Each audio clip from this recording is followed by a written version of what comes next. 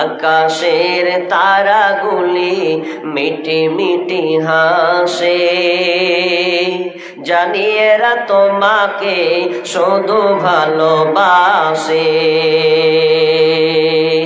এদের মনের মতন, এদের মনের মতন করো আমার মন।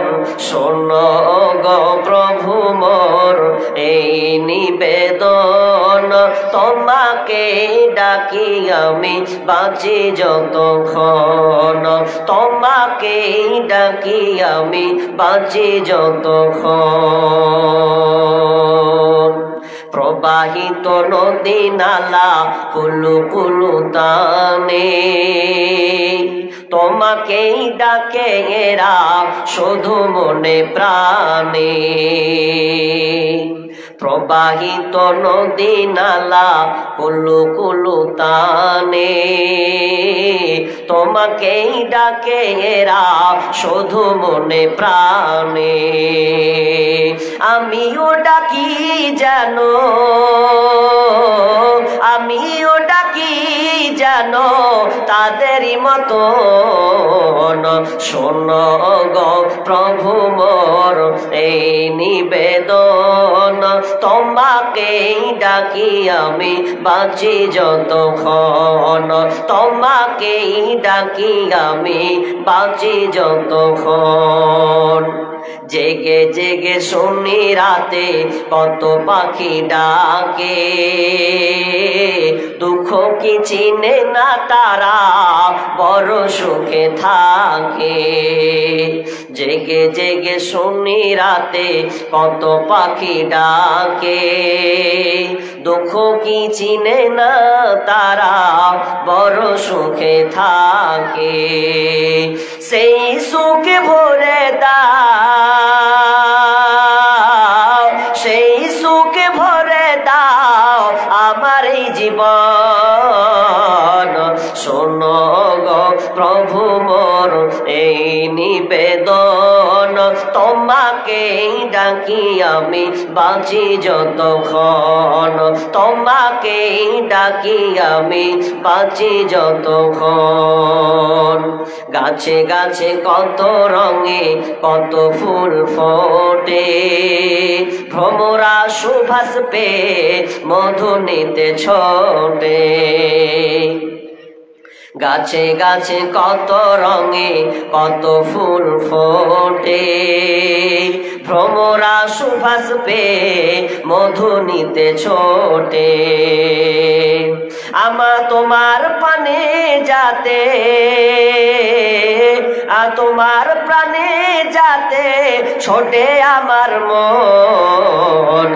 শোনো গো প্রভু মোর এই নিবেদন, তোমাকে ডাকি আমি বাঁচি যতক্ষণ, তোমাকে ডাকি আমি বাঁচি যতক্ষণ।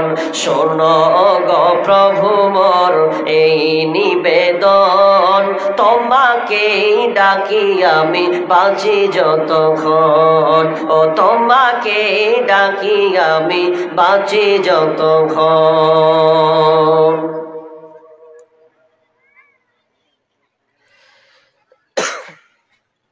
উপস্থিত সম্মানীয় সুযোগ্য আজকের চলমান জলসার স্বনামধন্য সভাপতি, মঞ্চে উপবিষ্ট ওলামা ইকরাম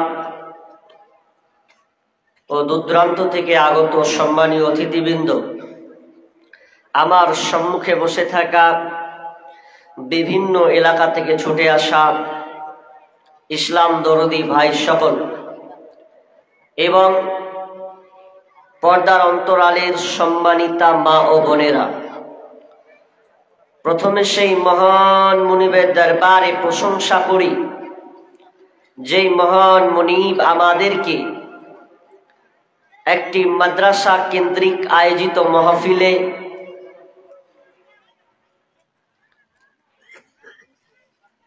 একটি কোরআন ও হাদিসের আলোচনা শোনা ও আমলের উদ্দেশ্যে যিনি আমাদেরকে কবুল করেছেন, সে আল্লাহ সুবহানাহু ওয়া তাআলার শুকরিয়া আদায় করি। আমরা সকলে প্রাণ খুলে বলি আলহামদুলিল্লাহ। অতঃপর শান্তি বর্ষিত হোক সকল নবীদের উপর, বিশেষ করে আমাদের শেষ নবী জনাবে মুহাম্মদুর রাসূলুল্লাহ। আমরা সকলে বলি সাল্লাল্লাহু আলাইহি ওয়াসাল্লাম। সম্মানিত উপস্থিতি, আমি আপনাদের সম্মুখে মহাগ্রন্থ আল কোরআন থেকে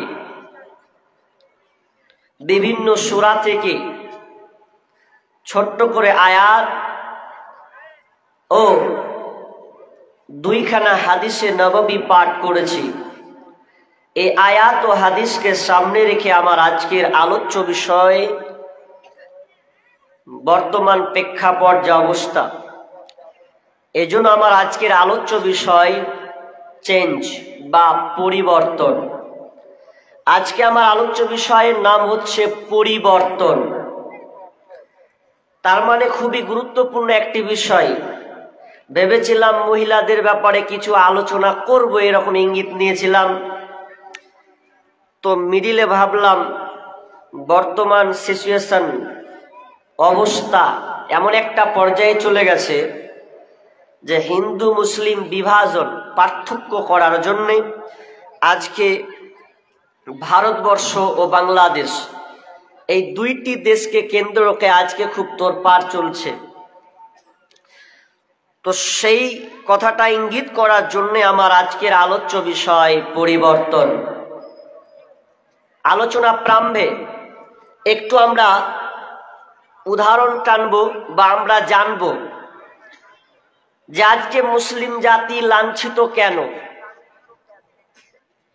পৃথিবীতে প্রায় 800 কোটি মানুষ বসবাস করে, তার মধ্যে দেশ আছে মুসলিম দেশ 56টিরও অধিক। তো এতগুলো দেশ, তার মধ্যে মুসলমান সরকারি বলেন আর বেসরকারি হিসাবে বলেন, ধরে নিলাম 250 কোটি মুসলিম আছে।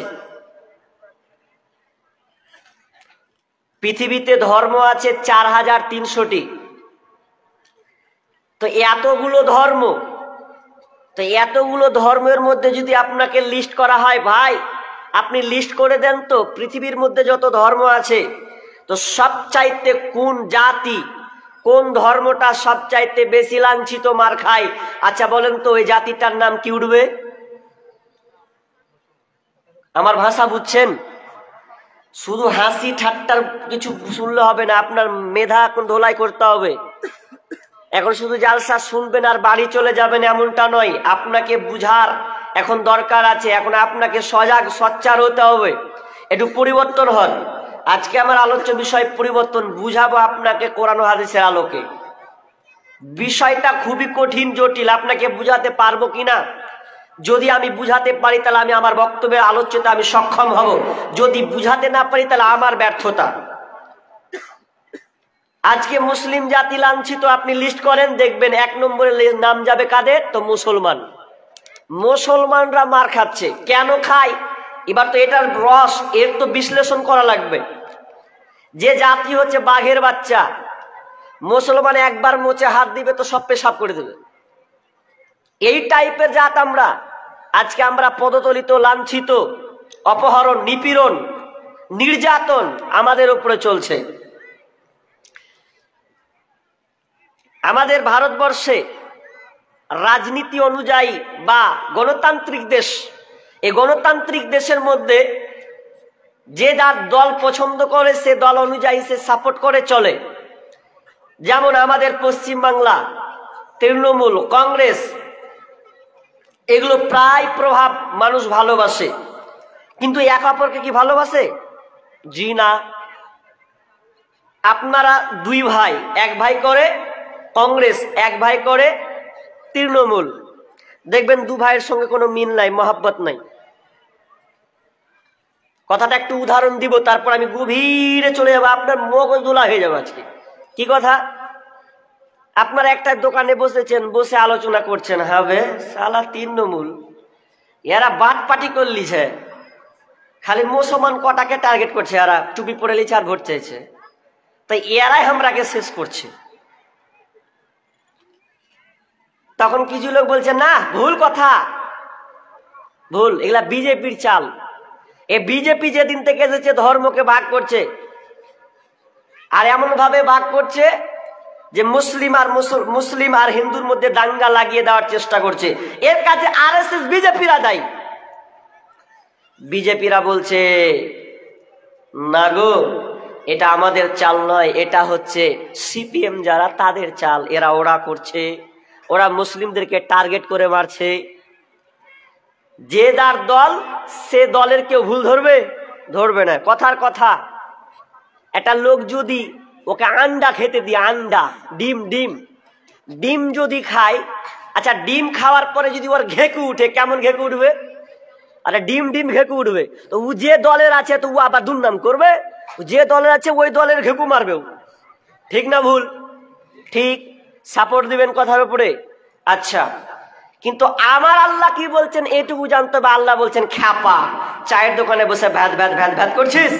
এটা বিজেপিরও চাল নয়, কংগ্রেসেরও চাল নয়, তৃণমূলের চাল নয়, আরএসএস বিজেপি বজরঙ্গ দল তাদেরও চাল নয়, এটা এসডিপিআই এর চাল নয়। চালকে তো কোরআনে চলে যা, সূরা রুম খুলে দেখ, 41 নম্বর আয়াত লে কেন এগুলো হচ্ছে, আল্লাহ কি বলছেন আয়াতটা লক্ষ্য করুন, ভালো করে শুনবেন। মা বোন সকলকে জানতে হবে, না জানলে আপনার সামনে বিপদ আসবে যদি আপনি সচেতন না হন। আল্লাহ কি বলছেন এবার আমরা আয়াতের দিকে চলে যাই। বিসমিল্লাহির রহমানির রহিম। ظهر الفساد في البر والبحر بما كسبت أيدي الناس ليذيقهم بعض الذي عملوا لعلهم يرجعون। আল্লাহ সুবহানাহু ওয়া তাআলা বলছেন এটা তোমাদের দুনিয়াতে জলে এবং স্থলে, জাহারাল ফাসাদু ফিল বাররি ওয়াল বাহরি বিমা কাসাবাত আইদিন নাস। তোমরা যে জলে এবং স্থলে যে তোমরা গজবগুলো দেখতে পাচ্ছ, যে তোমাদের উপরে আযাবগুলো চাপানো হচ্ছে, যে তোমরা আযাবের স্বাদগুলো পাচ্ছ, এটা কংগ্রেসকে দিও না, বিজেপিকে দিও না, সিপিআইএম কে দিও না, কোন দলকে তুমি কটাক্ষ করিও না। আল্লাহ বলছেন এগুলো তোমাদের নিজেদের কারণে, এগুলো তোমাদের হাতের কামাইয়ের কারণে, এবং জলে স্থলে তোমরা যে বিপর্যয় দেখতে পাও, হানাহানি দেখতে পাচ্ছ, এগুলো তোমাদের হাতের কামাই। লিউযীকুহুম বা'দাল্লাযী আমিলু, অনেক পাপের কারণ, অনেক পাপের দরুন তোমাদেরকে আস্বাদন করা হয়, তোমাদের অনেক কুকর্মের কারণে তোমাদেরকে পাপের শাস্তির মধ্যে নিমজ্জিত করা হয়। লিউযীকুহুম বা'দাল্লাযী আমিলু লাআল্লাহুম ইয়ারজিউন। বান্দারে, যাতে করে তোমরা দিনের মধ্যে ফিরে আসতে পারো, যাতে তোমরা তোমাদের ভুলটাকে যেন বুঝতে পারো, আর ভুলটা বুঝলে তোমরা দিনের মধ্যে আসবে। এই জন্য এতগুলো ফাসাদ দাঙ্গা তোমরা দেখতে পাচ্ছ, এগুলো সবই তোমাদের হাতের কামাই। তোমাদের পাপের দরুন এই শাস্তিগুলো হচ্ছে, আর তোমরা যাতে ফিরে আসো এই জন্য আমি তোমাদেরকে এই পাপের মধ্যে আর আযাবটা তোমাদের মধ্যে নিমজ্জিত করছি। এর আয়াতের একটা উদাহরণ দিব, ভালো করে শুনেন ভাই, মা বোন, কান লাগান। কি উদাহরণটা? আল্লাহ কি বললেন, কথাটা কান দেন, লক্ষ্য করুন। আল্লাহ বলছেন তোমাদের পাপের দরুন এই শাস্তিটা আস্বাদন করাচ্ছি, চিখাচ্ছি। কেন? লাআল্লাহুম ইয়ারজিউন।